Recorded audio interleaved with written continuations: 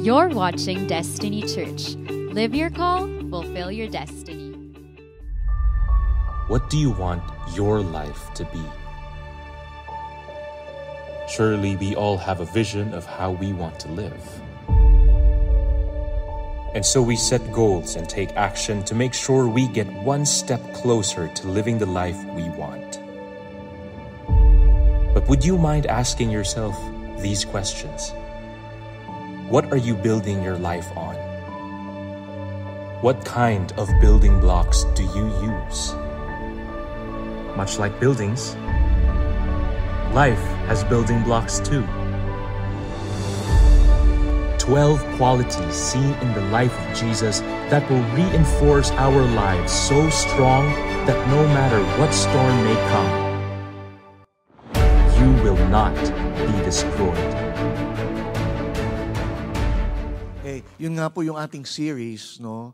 Talks about building on Jesus, becoming like Him. And there are 12 qualities that we have been looking at, no? And nandun tayo sa pangatlo, yung quality ng perseverance, no? I'd like to start off with the title, no, for my message this afternoon. Okay? It's a very simple title. Okay? One word, 3 letters. Run. That's it. No? Sabihin nyo nga, run. No, actually, linagay ko lang dito, run, perseverance part 3. This morning, it was Brother Dan Cercado who shared God's word for us at the 10 a.m. service. At mas maganda yata yung title niya. Parang, if I am not mistaken, ang title niya, Nasa Running Era na Balang Lahat. Yan. Anyway, I want us to start off with a verse, okay, in Hebrews chapter 12, verses 1 to 3.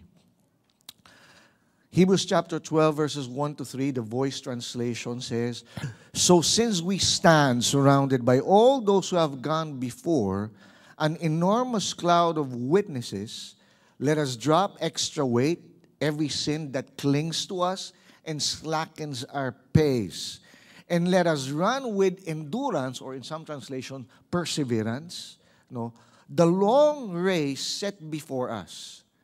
Verse 2, "Now stay focused on Jesus, who designed and perfected our faith. He endured the cross and ignored the shame of that death because He focused on the joy that was set before Him. And now He is seated beside God on the throne, a place of honor.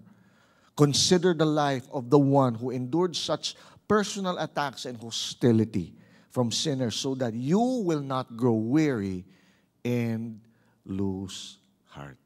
Yan. I'd like to start off with this word, quitting. Sino na dito, at least at one point in your life, you have entertained, thought about, the idea of quitting or sumuko. Pagod ka na, sumuko ka na. I'd just like to read what I've written here in my notes. Every one of us have wrestled with it. We have thought about it. We have entertained it. We feel like quitting on our jobs. Dito parang yun, I just want to quit on your job. Sometimes you just want to quit on your loved ones. Pagod ka na emotionally. You think about quitting on marriage, on your spouse, your husband, your wife. Quitting on your dreams. Okay? When you were young, you had these great dreams. You were idealistic. But then, sa dami ng disappointments, frustrations, probably, some of them, ikaw ang may kagagawan, your own mistakes, you just simply want to give up dun sa mga pangarap, dun sa mga dreams natin. Okay? Quitting on the church, it happens, it has happened. Quitting on sometimes the truth, on what is true. Okay? And simply embrace a lie. That has been happening in this generation today. People quit on the truth and embrace the lie. In fact, with all those things, some have done it, they have quit. Some are entertaining. And some, like, I believe, many of us here, we are still here. And we refuse quitting. Pero bakit nga ba nagkikwit ang isang tao? Why do people quit? Okay. Actually, last week when we had our conference, I remember, I believe in the first session of the conference, I mentioned this. I shared something about how many times in my Christian life na in-entertain ko din yung thought of quitting. Okay? And how I wish I can tell you that that was it. That was, no, when I said those words, those were the final thoughts of me quitting. But if I'm gonna be honest with you, just this morning, no, I had thoughts of quitting. Kwento ko lang po, no? I've prepared myself for something, and I thought that I was ready. I thought, yun nga, in your mind, you've trained well, and then after a while, no, yun nga, tiredness sets in. Sino na ditong napagod? Diba, yun nga, may meron ako sinulat dito sa notes ko. Bakit nga ba sumusuko ang tao? Bakit nga ba tayo nag-give up? Why do we quit?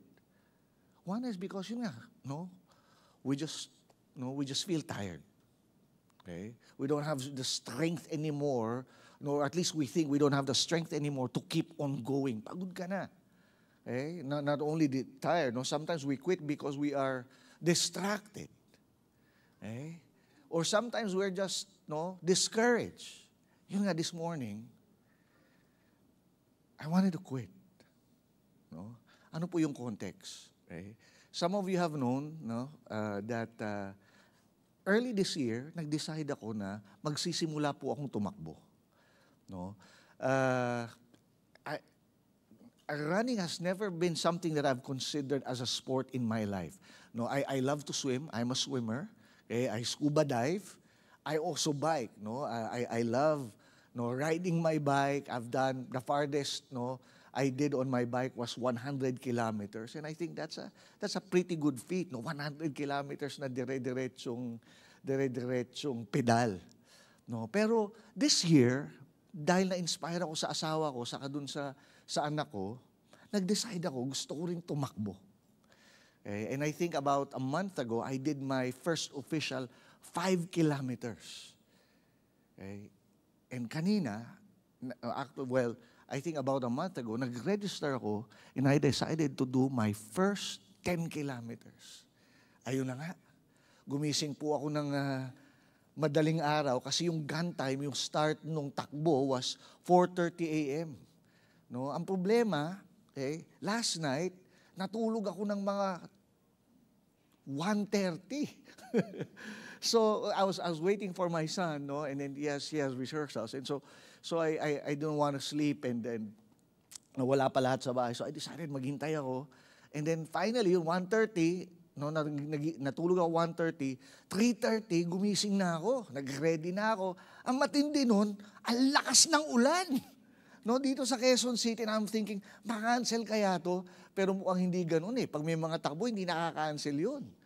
So, anyway, my eldest daughter, si Julia, joined me. We went. And sakto, pagdating namin doon, no, medyo humahangos pa kami. Magsa-start na yung gun time. So, yun na nga. Okay, my first official 10 kilometers.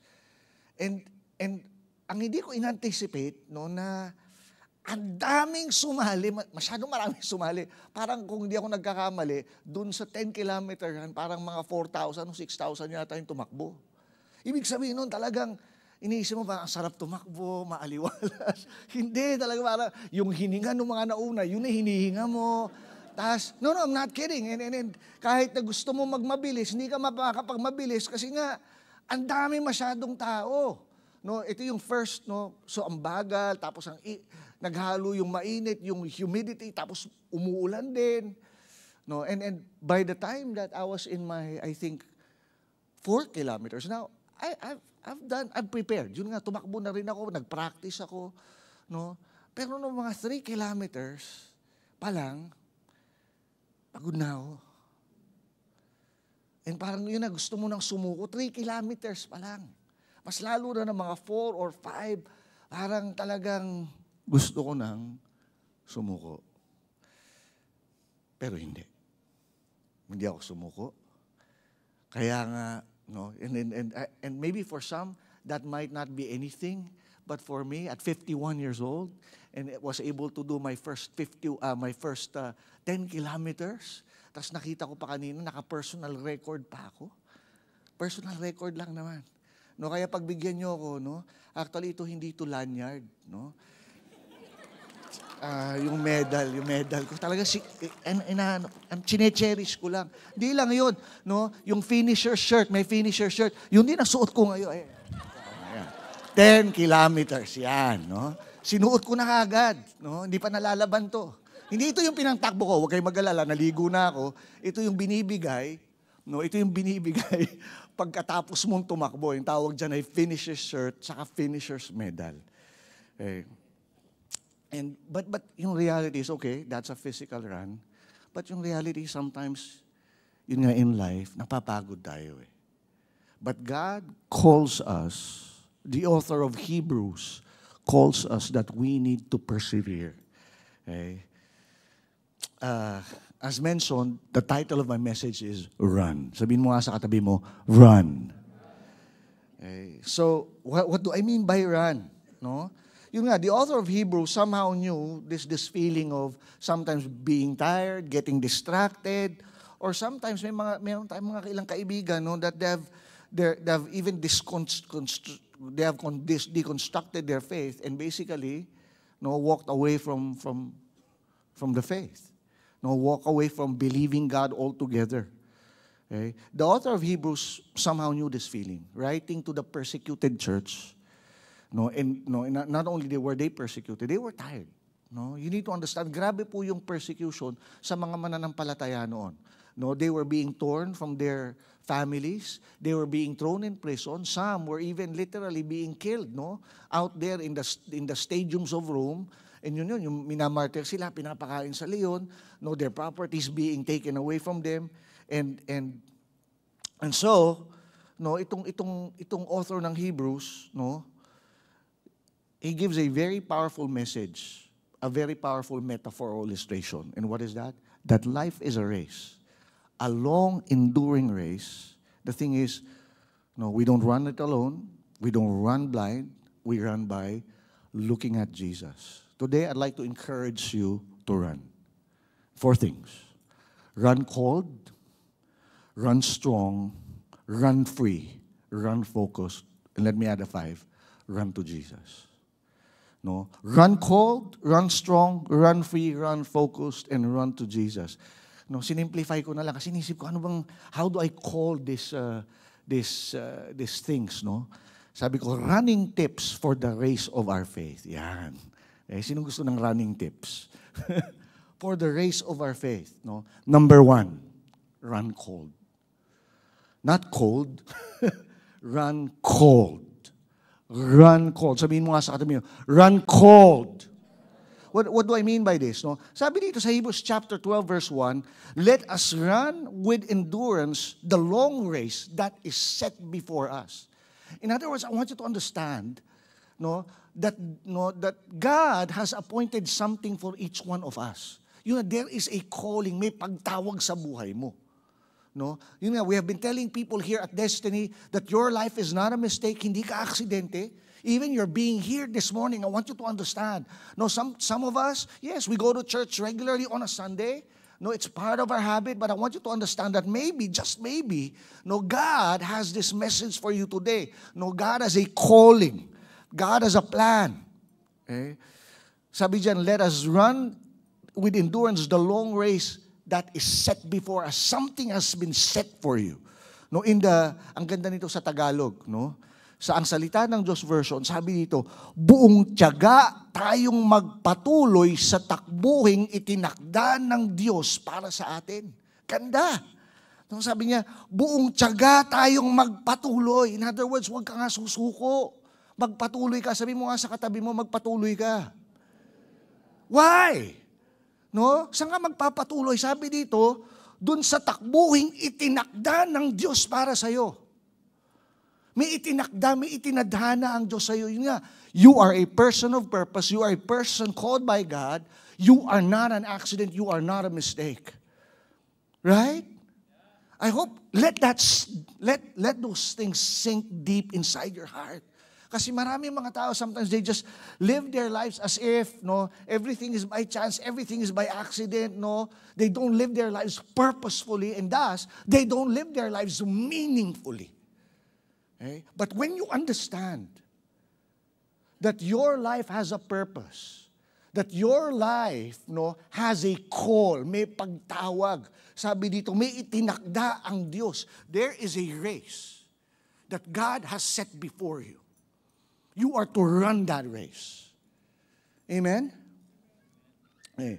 No. Sabi dito sa The Passion Translation, then we will be able to run life's marathon race with passion and determination.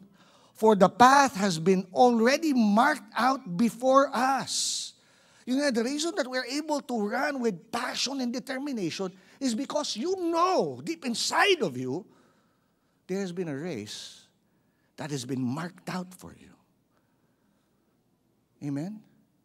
God has chosen you. God has appointed you. I remember illustrations like, for example, when the Lord told Jeremiah that even when he was still in his mother's womb, no, God has already called him. God already has a plan for him. Amen? And is that even possible for your life? Now, even before, no one in the world hasn't seen you yet. Wala pa nakakita sa'yo. When you were still there in your mother's womb, when you were but a fetus, God already prepared a race for you. Okay? You are called. Run called. Amen? Amen? Sabihin mo, run called. No, you have that, in other words, you have that understanding, you have that deep knowing that you're not just running for the sake of running, you are running because God has called you out for His purposes.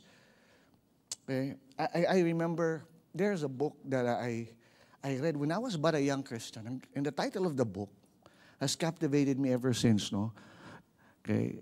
The title is Destined for the Throne.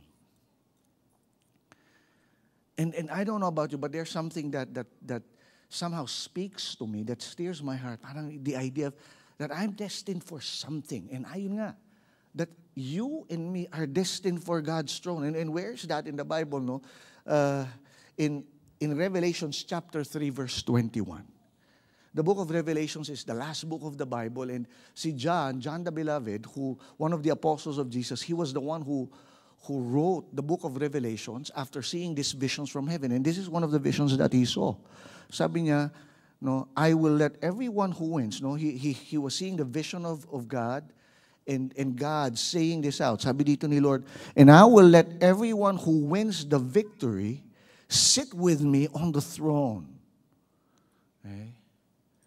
And that's the idea, no, that everyone who wins, no, this victory, God wants us to sit, no? God wants us to sit with Him on the throne. Sa Tagalog, okay? Pahayag, no? Maybe you're wondering, ano yung Tagalog ng Revelation? Pag hinanap nyo, hindi revelasyon.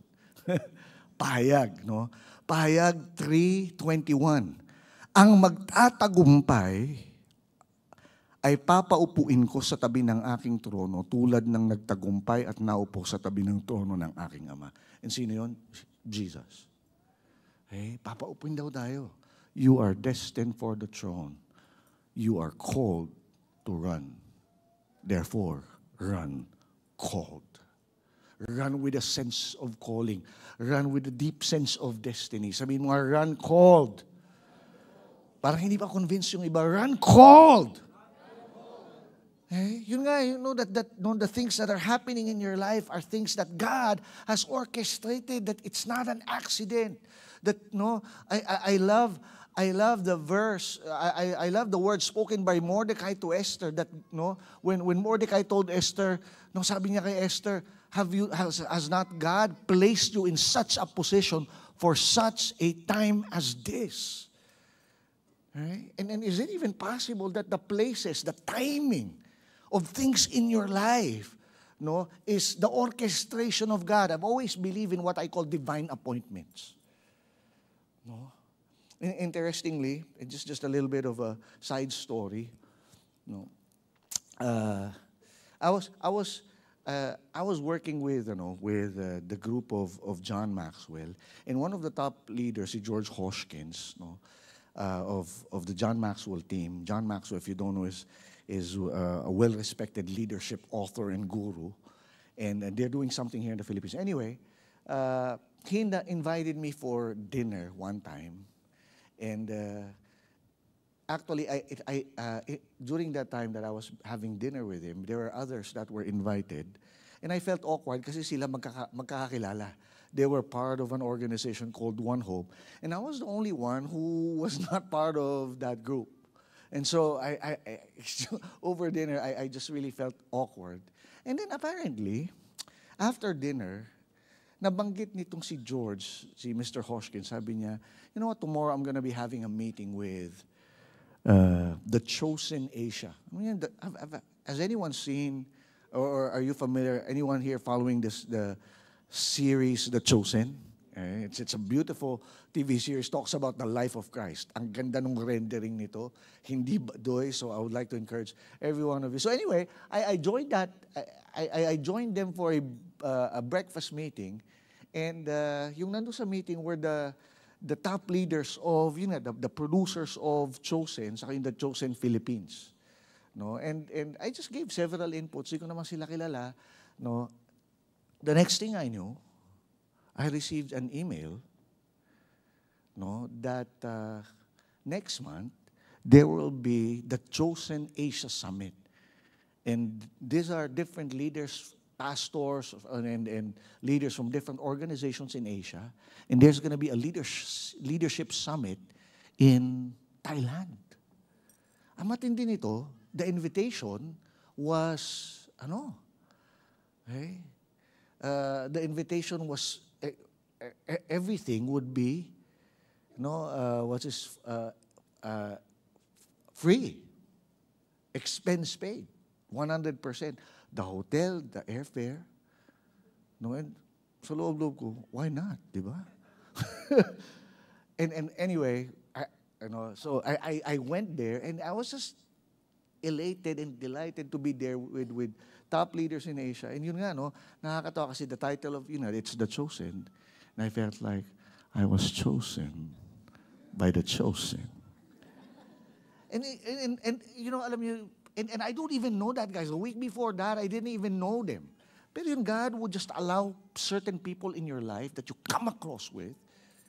And dahil nga merong ginagawa ang Diyos sa buhay mo. Run called. God has a calling for your life. Amen? Run called. Sabihin mo, run called. Okay. Number 2. Not only are you to run called, you are to run free. Sabihin nyo, run free. There's what's this? A tagline I wrote here. Run free. Let it go so you can go. Let it go so you can go. Run free, or another possible translation would be to run light. What do you mean by run free? Look at this. In verse 1, sabi dito, let us lay aside every weight and sin. And yung mga runners, yung mga mananakbo, yung real athletes. I'm not just talking about occasional joggers or runners. Okay? For real athletes, every minute counts. And not only every minute, actually every second, every nanosecond counts.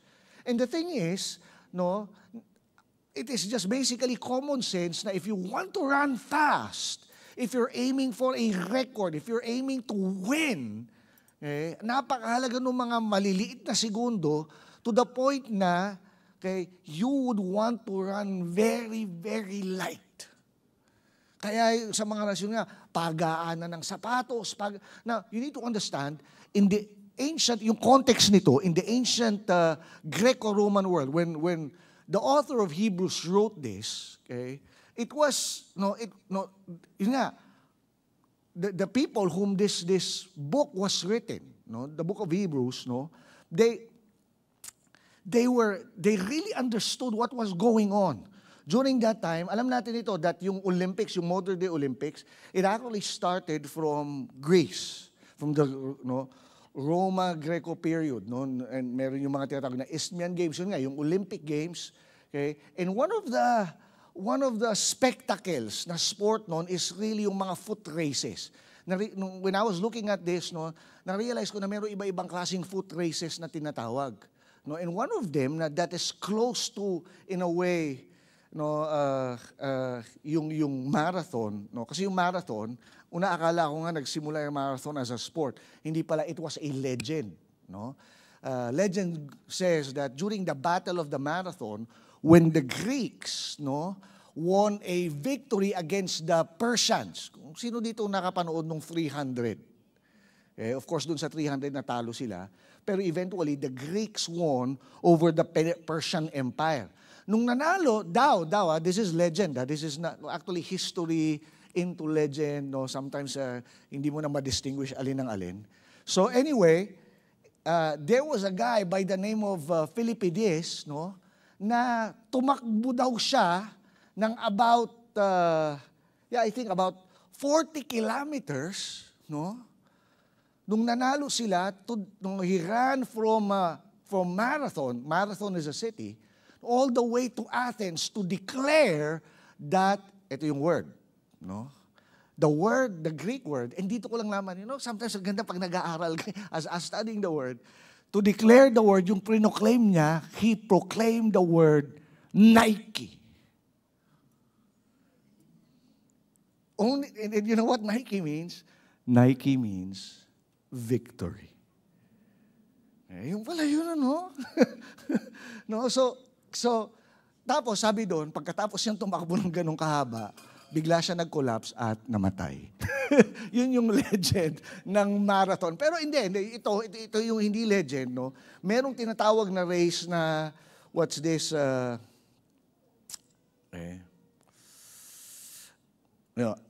race is called in the Greek language Dolichos. It is a long distance run in ancient Greece. The Dolichos race stretched from, hindi naman ganun kahaba compared to the modern day marathon. It stretches from 1.4 to 4.6 kilometers. Depende kung ano yung sinet. It tested not speed but stamina. Yun nga, it tested not speed but stamina. Now, check this out. When you look at the Bible, sabi dito, di ba? Let us run the race set before us. The Greek word, bakit Greek? Because our original New Testament was written in Greek. Okay? The Greek word, no, for race is the word agon. Sabi nyo nga agon. From which, basically, we derive the word agony. Sino nang nag-agonize na dito? Nung agony, pag sinabing agony, it pictures what? A struggle. It pictures a conflict. It pictures, yun nga, no, it's actually a contest. No? And when you talk about agonizing over something, sometimes the agony, kanina yung nararamdaman ko, yun nga eh. I was agonizing physically. But I realized many times in our lives, the agony is not even physical, but emotional, mental. Okay? Now, going back to my second point, run free, no? Okay? We must lay aside every weight and sin. So, ang idea is, you want to strip down. In fact, in ancient Greece, when they were running, some of them would literally run naked. No? And bakit naked? It has nothing to do with parang ang bastos naman itong mga to, no? Hindi, kaya na-realize ko yung ugat pala ng oblation run sa UP, kung hindi nyo alam yun, no, yung isang fraternity, tumatakbo sila as part of their rites, no, sa pagpasok dun sa fraternity, tatakbo sila ng hubad all over campus. No, na yung pala yung ginagaya. No, pero actually, yung ginagaya kasi nga, para wala kang, yun nga, they're trying to shed every weight, everything that might, parang magiging pabigat sa kanila. Yun nga, pag tatakbo ka, ayaw mo nang merong pabigat, no? Look at the Message translation para mas malinaw. Do you see what this means? Sabi nung sa Message translation. All these pioneers who blazed the way, all the veterans cheering us on, okay? It means we'd better get on with it. Strip down, start running, never quit.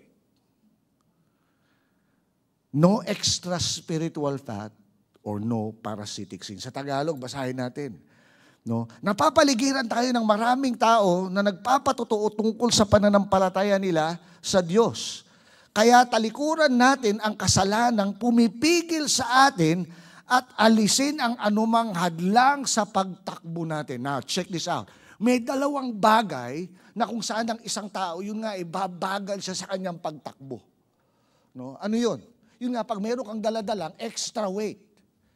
No? Imagine mo natakbo ka, may daladala kang backpack.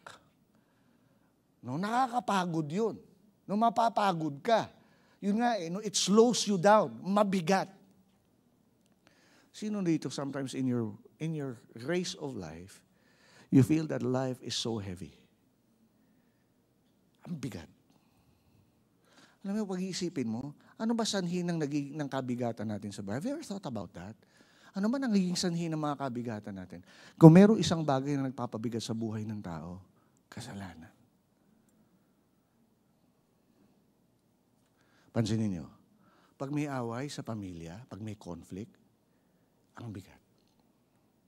Di ba? Ang bigat ng pakiramdam. Pag meron ka unforgiveness, meron ka hindi mapatawad, galit na galit ka, ano yung galit? No? And you know, when Jesus tells us to forgive, it's not even because He wants to go, no, He wants the other person to go scot-free, na parang wala man lang kaparusahan doon sa maling ginawa niya. Hindi. Kaya nais ng Lord na tayo ay matutong magpatawad, hindi para makalaya yung tao na nagkasala sa atin, but more importantly, makalaya ka dun sa bigat na dala-dala mo sa buhay mo. Ang hirap kaya magtrabaho ng may galit. Tama ba? Ito yung sinasabi ng author ng Hebrews, lay aside every weight and sin. In other words, no, forgive.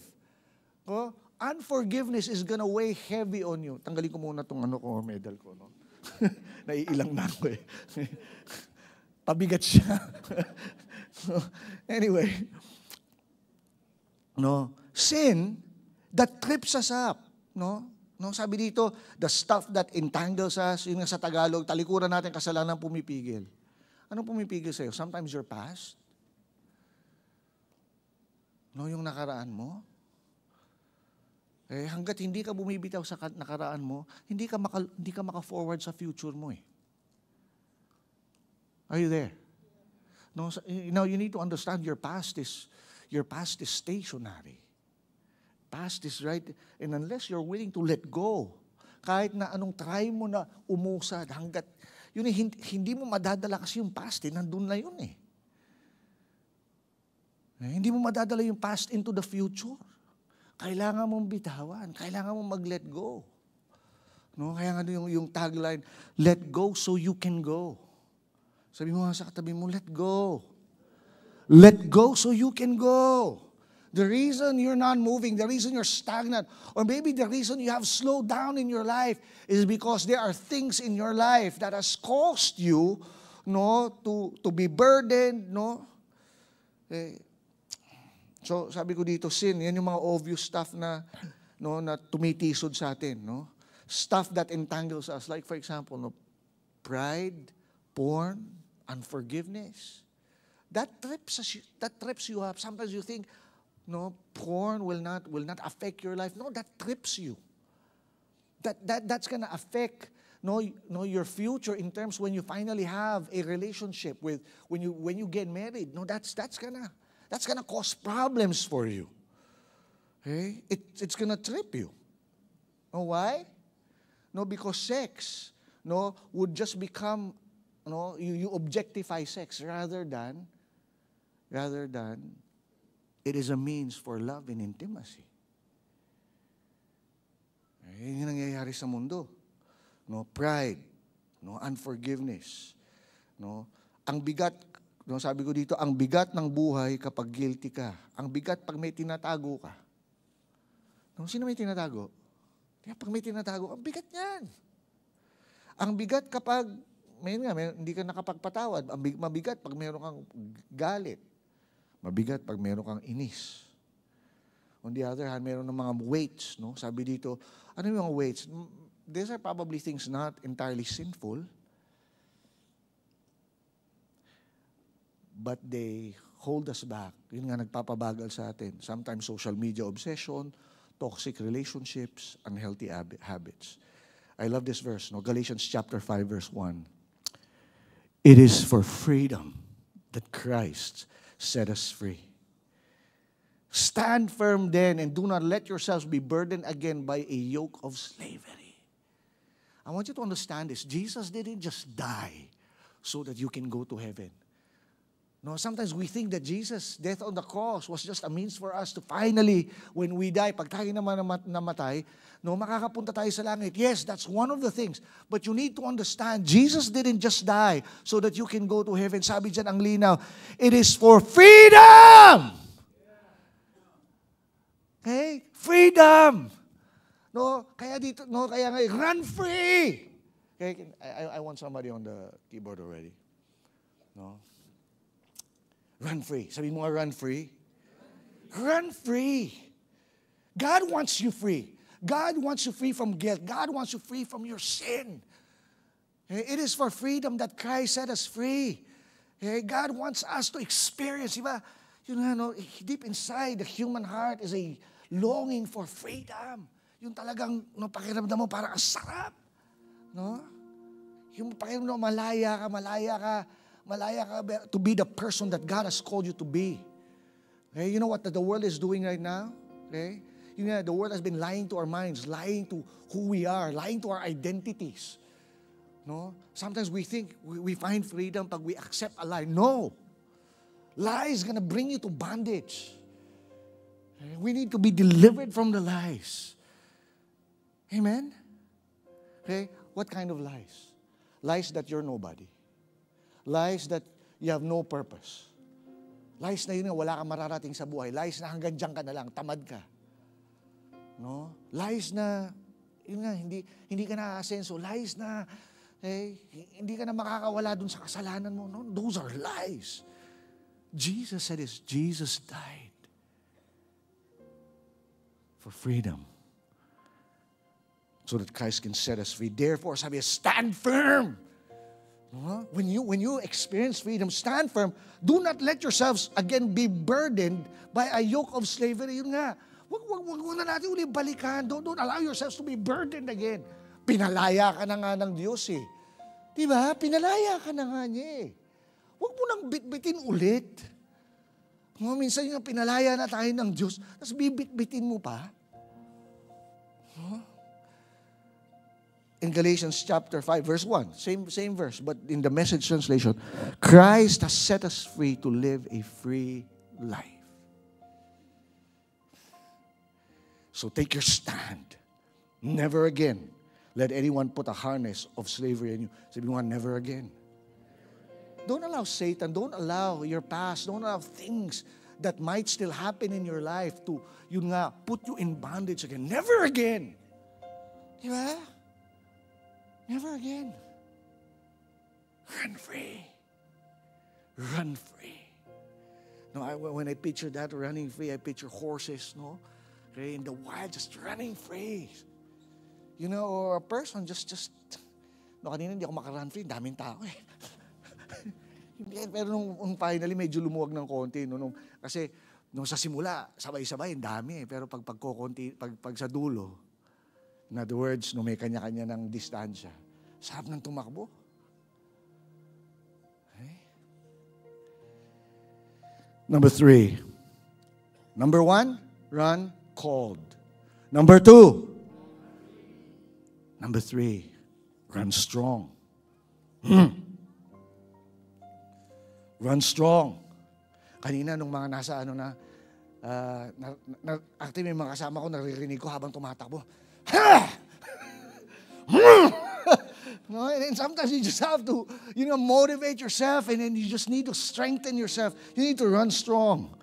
Faith isn't proven in easy miles, but sometimes in uphill climbs. Yun nga eh. Kanina sana nga puro patag eh. Nagkikwentuhan kami ni Julia, yung eldest daughter ko, nakasama kong tumakbo. No? And merong mga paakyat eh. And yun talaga yung challenging. No, kasi paakyat, mas nakakahingal.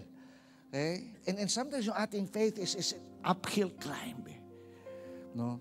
This generation is full of fashion, but sometimes lacking in perseverance. Kasi mula parang, rah, rah! Pero pag sinabi kasing run strong, hindi lang yung passion yun eh. Determine mo, right now, kayong pa lang. No, kasi marami ang galing magsimula. Ang lakas sa simula. Hindi kayang tapusin. Amen? Tama ba? No, itong takbo na tinakda ng Diyos para sa atin, tinakda niya na tapusin natin ito. Huwag kang susuko. Even right now, determine, Lord, I'm gonna overcome. I'm gonna win. I'm gonna finish the race. No, there's this book entitled Grit. No, it's a New York Times bestseller. Author is Angela Duckworth. Sabi niya, grit is passion. There's this word, grit. Sabi niya, grit. I would like to introduce you to some new words, powerful words, words that emote a lot of passion, strength. And sabi niya, ano ba yung grit? Okay? Grit is passion and sustained persistence.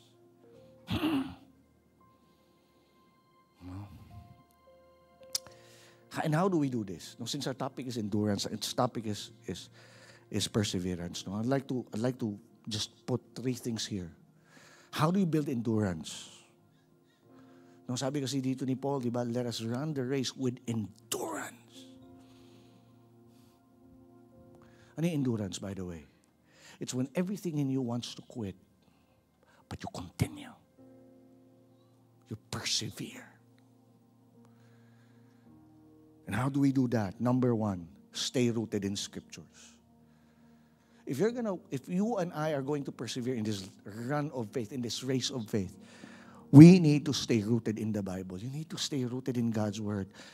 Psalm 119 verse 28 and 32, sabi dito, my soul is weary with sorrow. Pagod na daw siya. Pagod na siya sa dami siguro disappointment, sa dami, sabi dito, dahil sa lungkot. Yun nga, nakakapagod malungkot. Pero yung iba parang di napapagod malungkot. Parang tuwang-tuwa sila pag nalulungkot sila. No. Di ba nakakapagod malungkot? Nakakapagod umiyak. Tama ba? And then, ang kagandahan sa Bible, totoo totoong mga tao to. Sabi niya, yung kaluluwa ko, pagod na sa kakaiyak, pagod na sa lungkot. And then sabi niya, strengthen me according to your word. Strengthen me. And here's the thing, many times we try to get strength from other things. But if there's a place where you and I, your soul, your spirit, your resolve can be strengthened. Sabi ko sa inyo over the years, it's not that I've never experienced or never felt like I don't want to quit. No, there were so many times in my life I want to quit. I want to stop. I want to give up. Pero na-realize ko yun nga, the Word of God strengthened me. It's gonna strengthen your marriage. It's gonna strengthen your pursuit of your God-given dreams. It's gonna strengthen your relationships with other people, with your family, with your son, with your daughter. Strengthen. The Word of God strengthens, Sabi dito sa verse 32, I run in the path of your commands, for you have set my heart free. Yun nga, I run to the path of your commands, to the path of your laws. To God's Word. In the ERV version, sabi dito, I'm sad and tired. Say the word and make me strong again. Whoa! Ang problema, marami sa atin, we don't even try to get a word from God. Sabi niya, I'm sad. I'm tired. Anyone felt that? Anyone experienced that? Malungkot ako, pagod na ako, ayoko na. Pero sabi niya, Lord, just say the word. Speak your word and make me strong again. You need God's strength? Receive this word right now. Receive this word. It is strengthening your weary hearts. It is strengthening your weary soul. Number two, how do we run strong? Stay rooted in Scripture. Number two, surround yourself with runners. Hey, surround yourself with runners. Sabi nga nila, there's an African proverb that says, you want to run fast, run alone. You want to run, you want to run long. You want to run far, run with others. And that's why we have a church. The church is not a building. This is a cinema. The church are people. Tayo. No?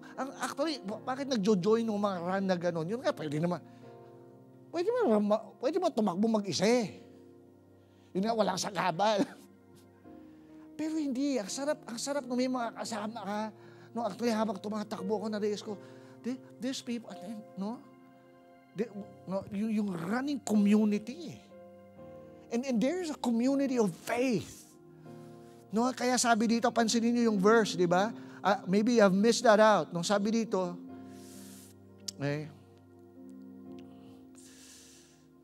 therefore, since we are surrounded by such a great cloud of witnesses, let us. No? Sabihin mo nga, let us. Let us. In other words, the author of Hebrews was not just talking to one person. He's talking about a community. He's talking about a fellowship. Let us. Tayo, sabay-sabay. Tama ba? Yun nga eh. No? Hindi ka nag-iisa. Sabi mo nga sa katabi, hindi ka nag-iisa. Kaya, okay, listen. Hindi ka nag-iisa, kaya huwag kang mapag-isa. Huwag kang mapag-isa. No, join a life group. Join, ano yung life group, a cell group, no? It is a place where we can share our problems, we can share our weaknesses. I will tell you, sometimes you think that I don't receive strength by leading a life group. I lead several life groups. No? One of the life groups that I lead is over Zoom lang. Minimit ko every Tuesday night. Some of our people from Destiny Singapore, yung church natin. And you know what? I want to tell you this. And I know they are blessed when I share God's word with them. But when I hear their struggles and their faith and their testimonies, I am strengthened. No? And then I get to ask prayers from them and they get to ask prayers from me. Pastor, pag-pray nyo nga po. Tapos next week, maririnig ko yung breakthrough. Masasagot yung prayer. Nakaka-encourage yun eh. No, recently, merong isang kapatid natin doon sa Destiny Singapore. Yung kanyang kumpanya, hindi ina-expect, no, na-acquire ng isa pang kumpanya na buy out. Pagkatapos, no, marami doon sa mga departments. Dahil ang tawag doon parang duplication doon sa company. Marami nawalan ng trabaho. Sabi niya, Pastor, pag-pray nyo na hindi ako matanggal. Kasi pag matanggal siya, wala na, uuwi na siya. Wala siyang trabaho doon. Tapos nakakakaba kasi, sabi nung tatawagan daw sila. Maya-maya may nalaman niya, siya lang tinawagan, yung iba hindi. Pero hindi pa rin final. Sabi sa kanya, it's good I interviewed you, but hanggat hintayin mo pa isa pang tawag. Pero praise God, no? Yun nga. Doon sa buong sa department niya, lahat na layoff, siya lang yung. Tapos ang sarap kasi pinag-pray. Tapos alam mo na, no, yung nanghihina ka na, kinakabahan ka. Pero meron kang community. Amen? Amen?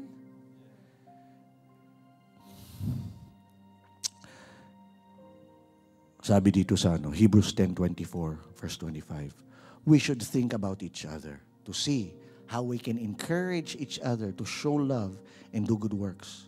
We must not quit meeting together as some are doing. Wag daw. No. We need to keep on encouraging each other. This becomes more and more important as you see the day getting closer and closer. As you see the day, in other words, as the second coming nears, and we will never know when that will be, but we know it is coming. As the day comes closer, all the more, sabi, this is important. Surround yourself with other runners. Run with others. Okay? Amen? Tapos finally, dito sa point na to, embrace rest, but reject quitting. Embrace rest. Kung pagod, hindi susuko, magpapahinga lang. Tama? Pagod ka na sa asawa mo. Hindi, sabihin mo, honey, bigyan mo lang ako space. Gusto ko lang magpahinga. Okay? Pagod ka sa, yun nga, no, give yourself a break. What do you mean by reject quitting? The devil will always tempt you to quit. I remember I had this disciple of mine. Every time magmi-meet kami, bukang bibig niya yung ayaw niya na, pagod na siya. And it's one thing to open your struggle, but it's another to make that a constant declaration and meditation on your life. And in my mind, sa loob-loob ka, at a certain point, every time na lang nakausap ko, parang this brother never, no, he's always in need of encouragement. Not that I don't want to encourage him, but somehow, ang meditation niya na yung quitting. Ang meditation niya is he who's gonna give up. And I know deep inside, actually sinabi ko sa kanya, stop doing that. Stop declaring you're gonna quit. Stop saying that you're gonna quit. Because sooner or later, your declaration will become your destiny. Sabi sa Bible, death and life are in the power of the tongue. Makapangyarihan yung dila natin. Pag yan yung constant mo dinideclare, palagi kang discouraged, and yan yung bukang bibig mo. Palagi mo sa suso, ayoko na, pagod na ako, suko na ako. Guess what? Darating yung araw, magugulat ka na lang, sumuko ka na nga. Palitan mo yung ano yun nga no? Renew your mind. Change the way you think. Sabihin mo nga sa atin mo, change the way you think. Sabihin mo, mananalo ko. Magtatagumpay ako. Kakayanin ko din to. Ganun mag-isip. Amen. Matatapos din si pastor. Yun yung mga ganun. Para ma-encourage ka. No, Isaiah 40 verse 20 to 31. Matatapos din tayo. Panghuli na. No, sabi dito, why would you ever complain, O Jacob? Whine, Israel, saying, God has lost track of me. He doesn't care what happens to me. Don't you know anything? Haven't you been listening? God doesn't come and go. God lasts. His creator of all can see and imagine. He doesn't get tired. He doesn't get tired out, doesn't pause to catch his breath. Panginoon do, hindi kinakapos ng hininga, hindi hinihingal. He knows everything inside out. And look at this. He energizes those who get tired. And He gives fresh strength to dropouts. For even young people tire and drop out. Young folk in their prime stumble and fall. But those who wait, some translations just those who wait. Ano ibig sabihin ng wait? Naranasan mo na ba mag-wait? In other words, when you wait, you're not rushing.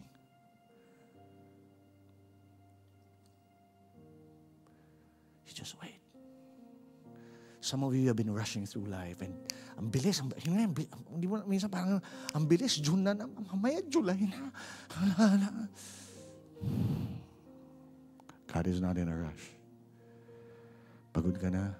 Those who wait on the Lord will renew their strength. They shall mount up with wings as eagles. They shall run and not get weary and walk and not faint. That's the translation that I memorized. Babasahin natin dito. For even young people tire and drop out. Young folk in their prime stumble and fall. But those who wait upon God get fresh strength. They spread their wings and soar like eagles. What does that mean? Why the eagle? Yung eagle, in fact, it in a way, it doesn't get tired eh.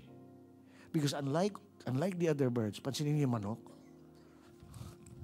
para makalipad ang manok, talagang nakakapagod yun. Tingnan mo yung sarili, minsan gano'n. Pero yung agila,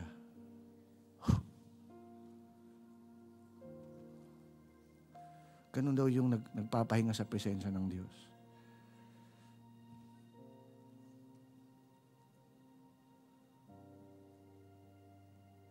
You just glide.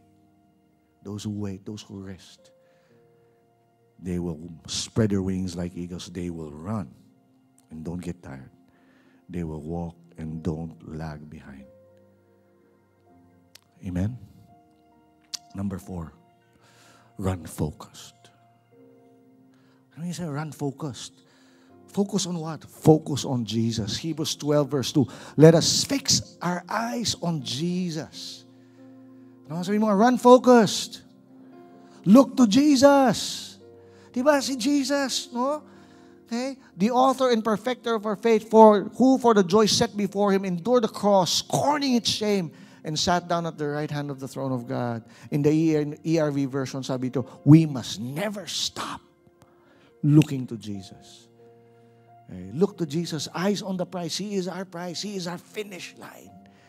Okay. He is the leader of our faith. He is the one who makes our faith complete. He suffered a death on the cross. You know, think about the cross. Think about what Jesus has done for you. He has already paved the way. He has modeled it. Tama ba? The reason we can be victorious, I remember when Jesus said the following, sabi niya, in this world, you're gonna have trouble. Yun nga, in this world, it's gonna be hard. No, sometimes yun nga, mapapagod ka, you feel like quitting, it's gonna be hard.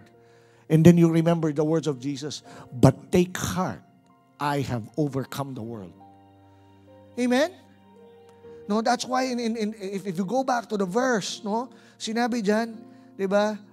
If you go back to the verse, no, consider the life of the one who endured such personal attacks. In other words, okay, Jesus' life was not smooth.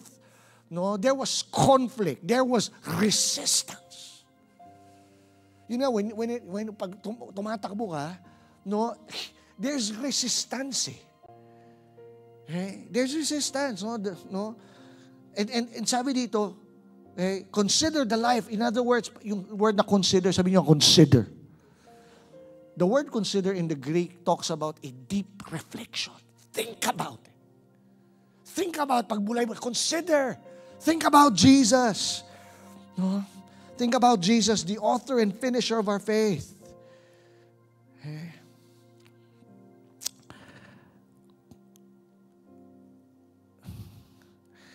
Consider Him so that you may not grow weary. No? To think deeply. To think what He has done. He suffered injustice, rejection, public shame. And yet, Jesus kept going. If your faith is tired, don't try harder. Look longer. Okay, I want you to get that. Sometimes we try harder. Pero hindi, wala ka na nga eh. Pagod ka na nga eh. Don't try harder. Look longer. Look longer at Jesus. Think about Jesus. Think about what He has done. All of a sudden, you will feel that strength, that energy that does not come from you. It comes from Him. Amen? Amen? Kaya sabi nung psalmist, God is just my heart and my strength. Many times they fail.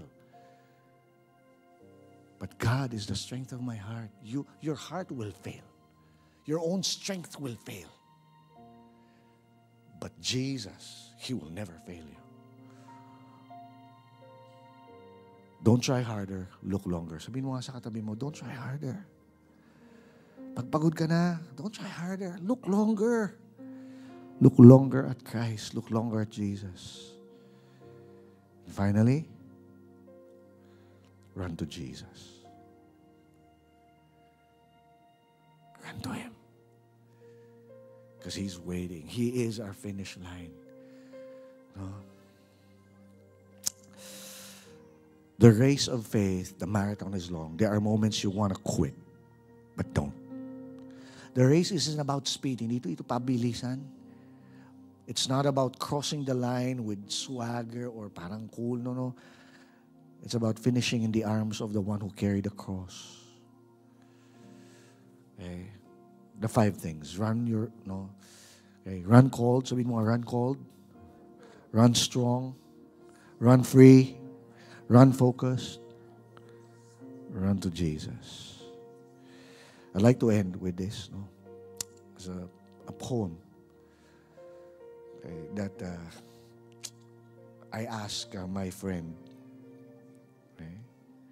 I inputted details and sabi ko, I want you to craft this poem. Sino ba tong friend natin? Si ChatGPT.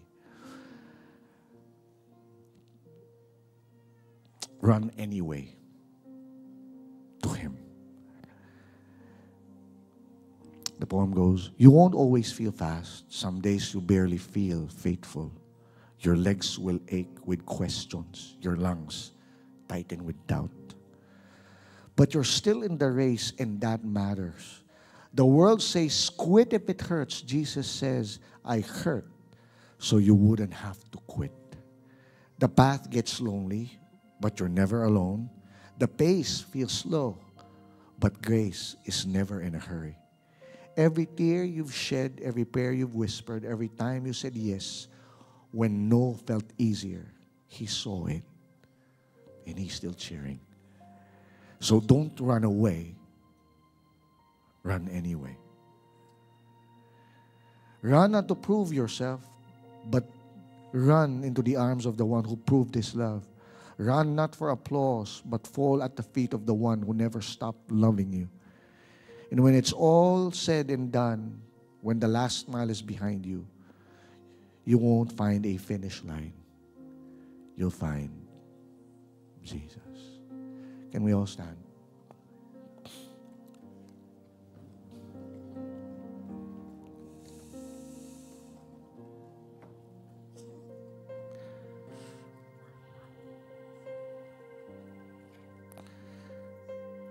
You could always run to God.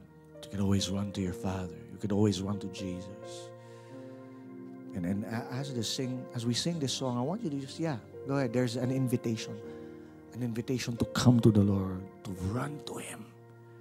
You know, He is not religion. No, He is real. No, He is a person of love, a person of grace. He is a person of encouragement. He is a person who called you to run. He is a person who called you to run free. And He wants you free.